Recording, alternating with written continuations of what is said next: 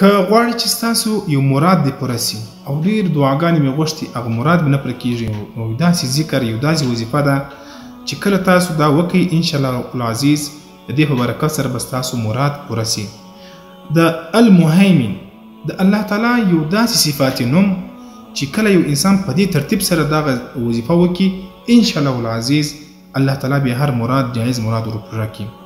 چې کله یو انسان غسل وکړي بیا په خلوت کې کښېني مطلب یوازې تنها کښېني او لمونځ وکړي 2 رکعات نفل وکړي او 100 واره دغه اسم مبارک ووایي المهیمن المهیمن المهیمن نو د په زړه کې به نور پیدا سي او چې کم مراد دی د الله څخه وغواړي هغه مراد به الله تعالی ورپوره کړي.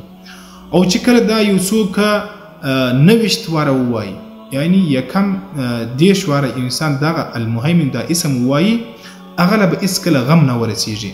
او چې کم څوک المهیمن ګډ سره د ځان سره هر وخت وایي الله تعالی به د بلاو د مصیبتو د غم څخه محفوظه وساتي. دا ویډیو د ثواب په خاطر باندې مقطع در سره شیر کړئ.